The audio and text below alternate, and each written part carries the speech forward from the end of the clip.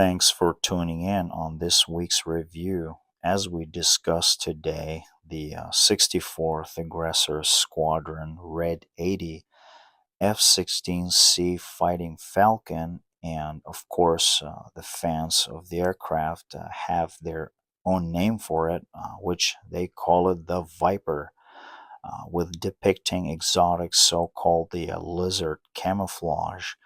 So, I'd like to cover some historical details about the 64th Aggressor Squadron. The 64th Aggressor Squadron is one of the more unique units within the United States Air Force. During the World War II and in the 60s, the squadron was a regular fighter squadron. When it was reactivated in 1972, under the 57th Fighter Wing. Its mission was to execute the so-called the aggressor task. This meant they had to deploy throughout the United States and overseas to teach adversarial tactics and provide dissimilar air combat training uh, to the U.S. Air Force flying units. The unit was also a tenant unit during the red flag exercises, in which it prepared aircrews for combat by replicating tactics used by the enemy forces during a combat situations. Uh, this aggressor squadron program had its origin in the post-Vietnam War. In 1975, the benefits of the evaluating obtained foreign technology aircraft like the MiG-17 or the MiG-21, MiG-23 at test ranges in Nevada were applied to operational fighter squadrons. They improved the combat flying skills of all frontline U.S. Air Force pilots during the Cold War. However, to execute this mission, a lightweight fighter was choosing, which was the F-5E. This aircraft served very well into the 80s, but then it was an urgent need for a replacement. Then the F-16 filled the gap. It was a lightweight fighter, but it drastically improved overall fighter performance and therefore the challenge other aircrews had to face. Um, just incidentally, the history of the F-16 was very short-lived with the squadron. Well, at the end of the Cold War, the entire Air Force adversary program was looked at, and unfortunately, the 64th didn't survive the cuts. It was disbanded in 1990 and was succeeded by uh, the 414th Combat Training Squadron, which stood up the year after. Uh, and in 2003, a reorganization of the aggressor squadrons took place, and the 64th was activated again in the favor of the 414th Combat Training Squadron.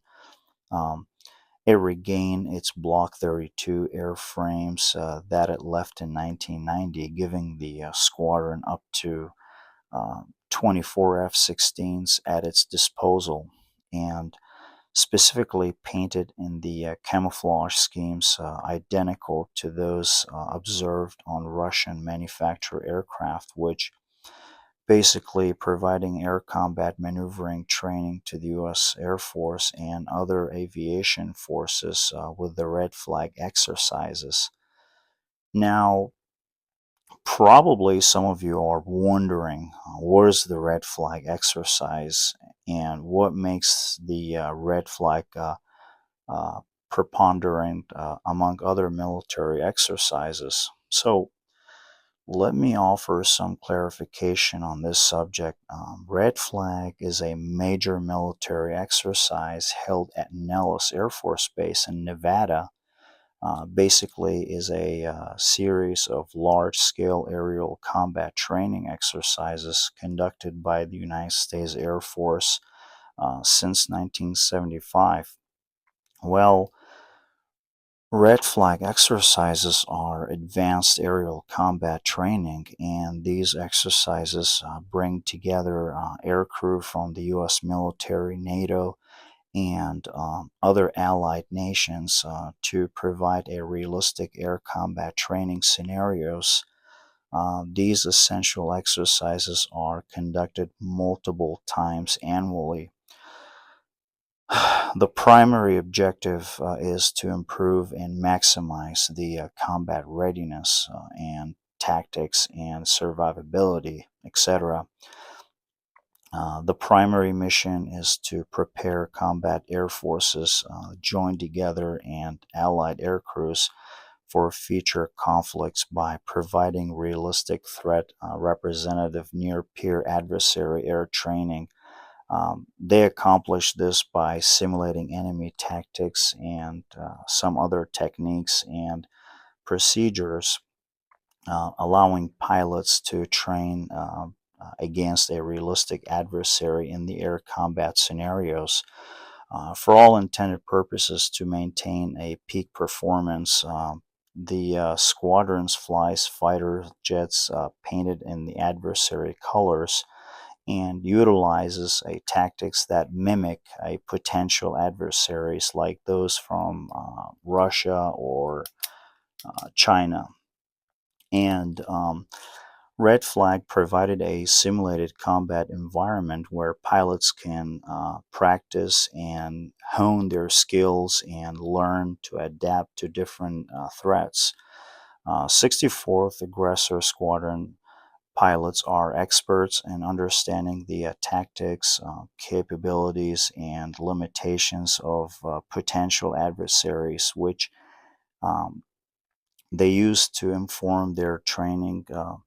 The squadron's trainings emphasizes beyond visual range engagements and utilizes technology like electronic warfare pods to simulate modern threats. Now, if you guys are curious about those specific techniques and some of the key steps, let me elaborate. Each aircraft participating in a red flag equipped with the instrumentation or subsystem or AIS, or better knowing the telemetry pod.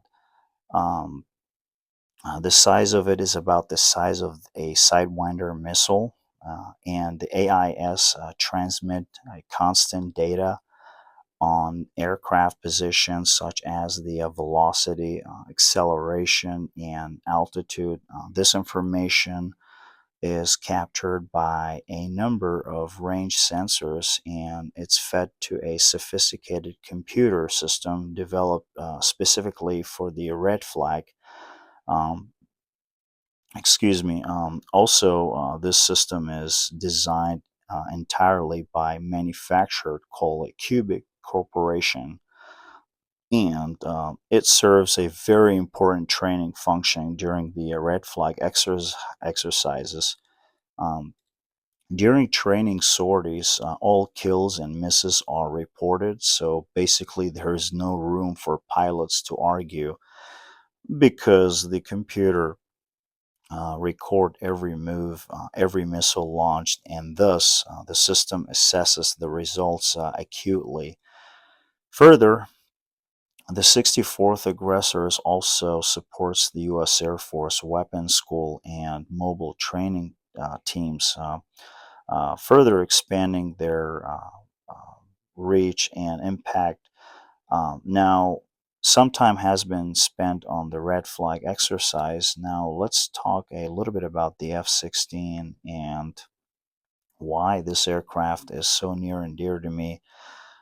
This aircraft is so important due to the time spent working on its flight dynamics and systems within the Flight Simulation Department of the United States Air Force. So, those of you who have subscribed to my channel will remember my previous review of the F-16. This note was quite mentioned before about knowing how to operate this aircraft, how to fly it. I guess it's time to spill the beans, right? Um, I have about 62 hours in the flight simulator. I'm talking with a real business, folks, which has been instrumental in developing proficiency and familiarity. A lot of dedicated time was spent doing a meticulous studies on the F-16 characteristics. But anyways, um, that was an interesting point, doesn't it? Not trying to change a subject here. Let's move on and let's focus for the moment into the F 16 history. The F 16 official name is the Fighting Falcon. However, it is widely known and referred by its unofficial nickname, the Viper, especially within the aviation circles. It was initially designed by General Dynamics, and later, after Lockheed Martin took over in 1993, the F 16 entered service with the United States Air Force in 1978, which making it a nearly 50 years old airframe. The first prototype was the YF-16, which had its first flight in 1974. The first operational F-16A was delivered in 1979, so-called the under the lightweight fighter mafia. They conceived the program in 1969. They secured the funding from the United States Air Force to validate their theory. Lightweight fighter designed and built by John Boyd, a fighter pilot uh, of the Korean War era. He 86 Sabre and later became a military strategist. So moving on, this program was initiated to explore the concept of a smaller, more agile, and more affordable fighter than the F 15. Although John Boyd did not design the F 16 or the F 15, he contributed to the programs that became the F 15 and the F 16, plus the YF 17, which lost the competition. However, the YF-17 was later adapted by the Navy as the FA-18 Hornet. Anyways, the ambition goal was influence those who established the criteria, which guided the designers um, at McDonnell Douglas and the General Dynamics and Northrop for the YF-17. John Boyd's wisdom was emphasizing his pioneering theory, but in the essence, while John Boyd did not physically design the F-16, his theoretical work, advocacy for a different approach to the fighter aircraft design, and influence on the lightweight fighter program were crucial in shaping the requirements and specifications that led to the development of the highly successful the F-16. And other Colonel John Boyd's contributions to the F-16 program was so-called the EM, or the energy maneuverability theory, particularly the OODA loop, which basically means the observe, orient, decide.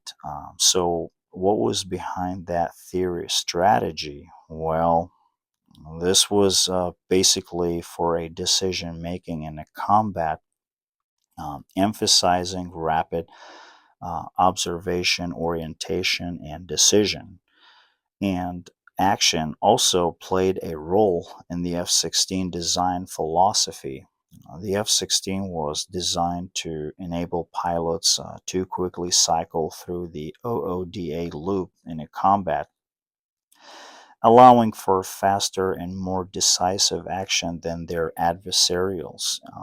as you can imagine, sometimes seconds can be a very crucial in a dogfight scenarios. Even a microseconds would count, so to speak.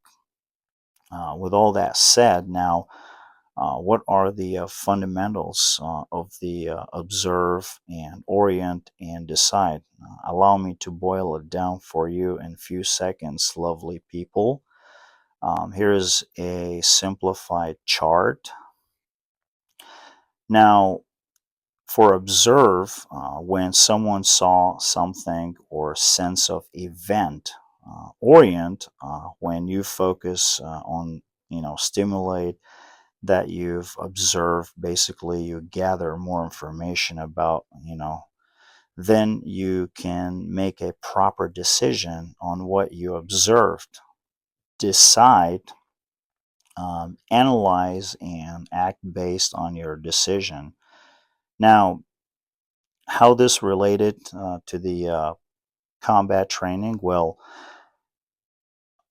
our brain, it's kind of, capture images like a camera. It's all a subsequent frames, exactly like a picture camera. For instance, when fighter pilots observe the attack, they orient themselves based on those characteristics. Folks, trust me, there is a lot more to cover, but this video must remain concise. So moving on. Also, there was a crucial juncture in the F-16 program where almost didn't proceed, which really surprised me. When the test pilot Phil Oliacher climbed into the cockpit of his YF-16 prototype at Edwards Air Force Base in California. Just one second, folks.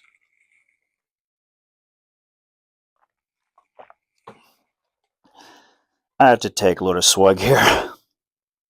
So, anyways, on on January 20th, 1974, his mission was a relatively straightforward, to put a little daylight under the wheels and fly about 1,000 feet down the runway and land it.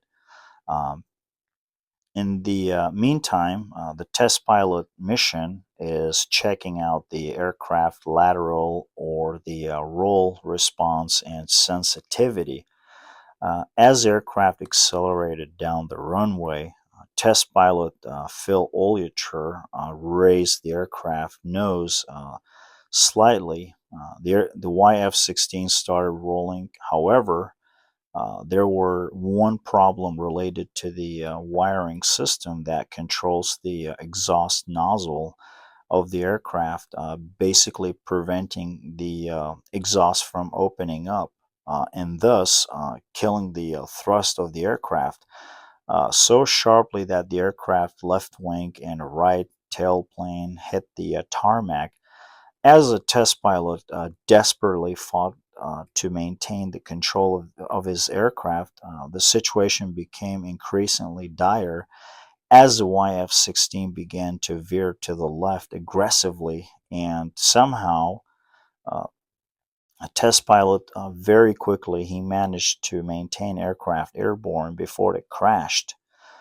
It was one of those heart-stopping moments because the aircraft almost crashed into the runway.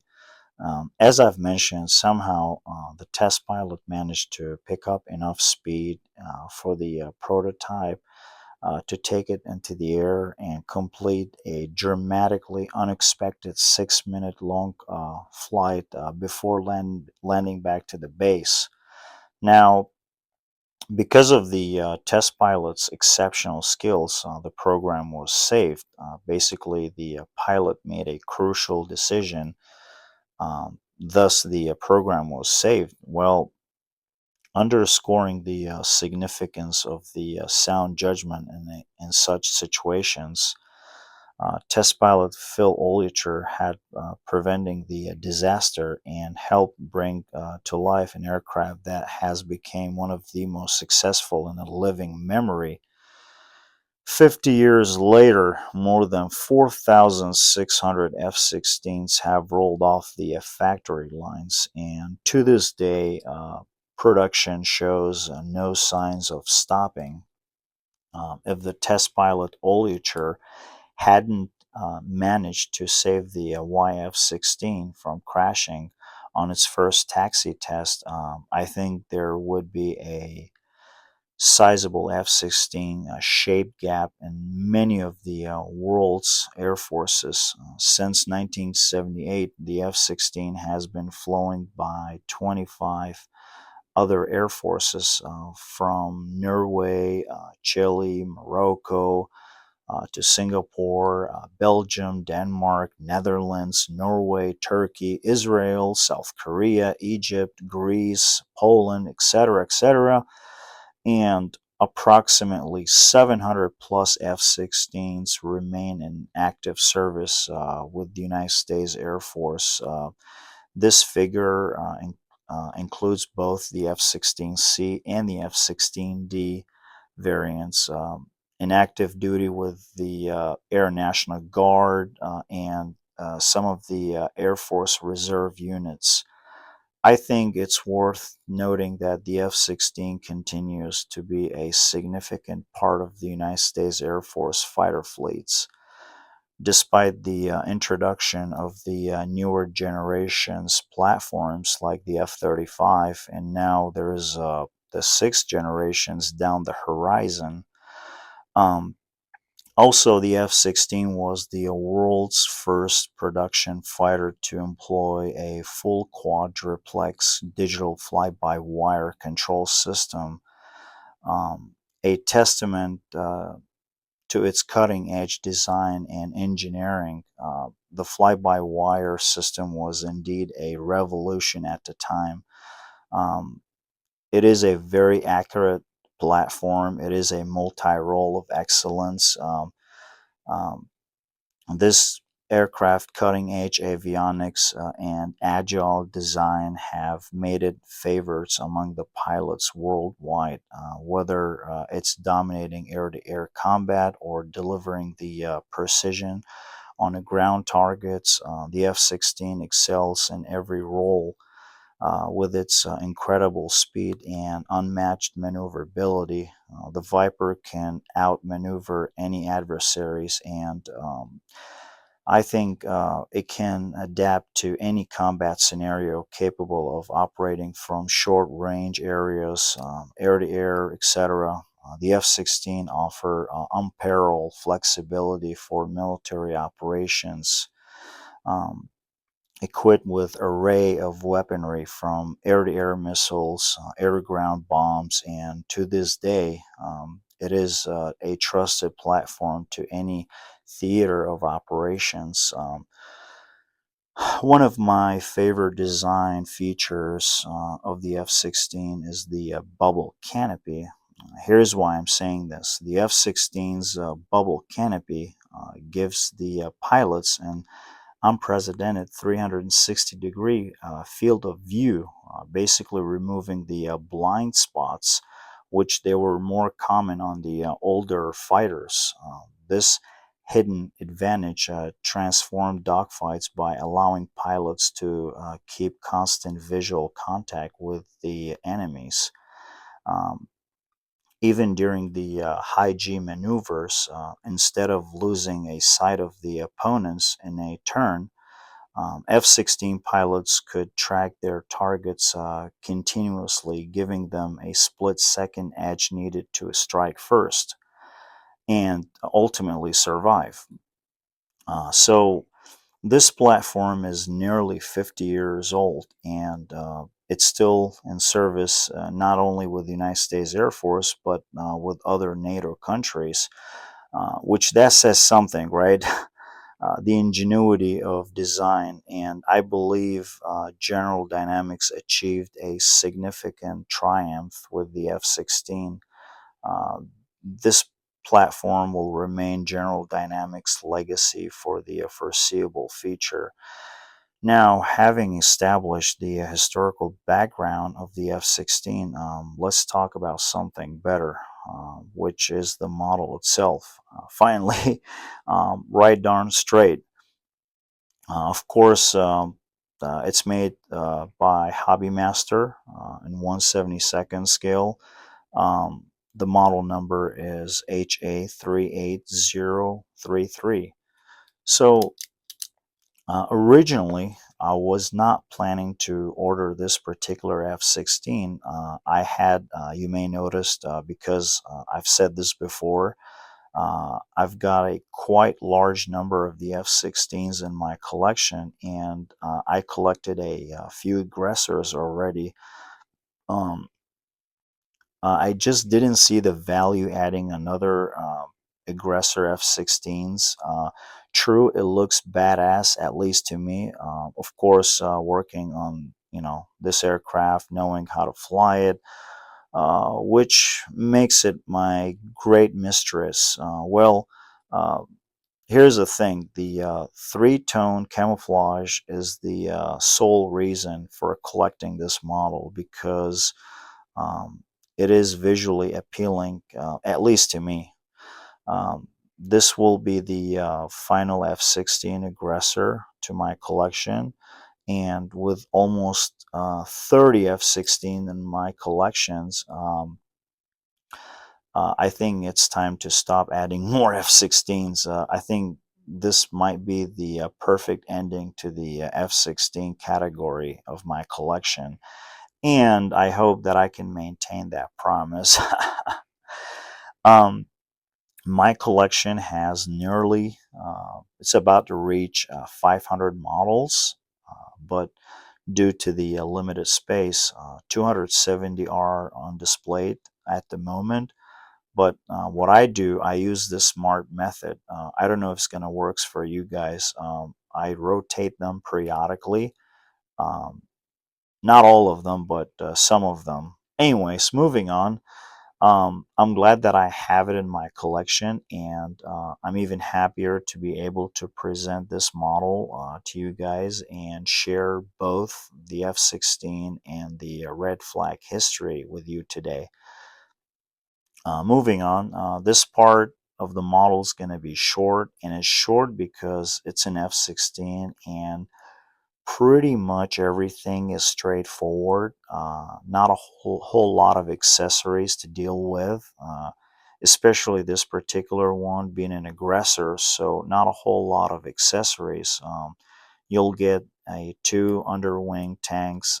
The third one goes in the center line. The other two accessories, you'll get a one AIM-9 Sidewinder and the P5 ACMI, or the Air Combat Maneuvering Instrumentation Pod. Well, in the Air Force, we call it the telemetry pod, and that's it. If you go back on the intro shots, you'll see everything. This model, it's very well done. Hobbymaster nailed all the markings, insignia, even the small labels, the panel lines. Of course, you'll get one pilot figuring, pilot in, pilot out. Of course, a stand is included, so you can display it in the flight configuration. Please note the ladder showing on this shot is not included with the model. This is a caliber wings ladder. Again, it's a beautiful model, in my opinion. Very well done. All the markings are very crisp and clear. I do recommend picking this up if you're so inclined and appreciate the aggressor squadrons or red flag. Definitely consider adding this one to your collection. It just looks great, and I'd leave it at that. I do want to let you guys know I use my own funds to purchase these models. These reviews are not sponsored, and I'm not affiliated with any vendors. And if you like my content and appreciate what I'm doing, please subscribe. so you don't miss anything coming forwards. And remember to like as well. Until next time, thanks everyone for watching.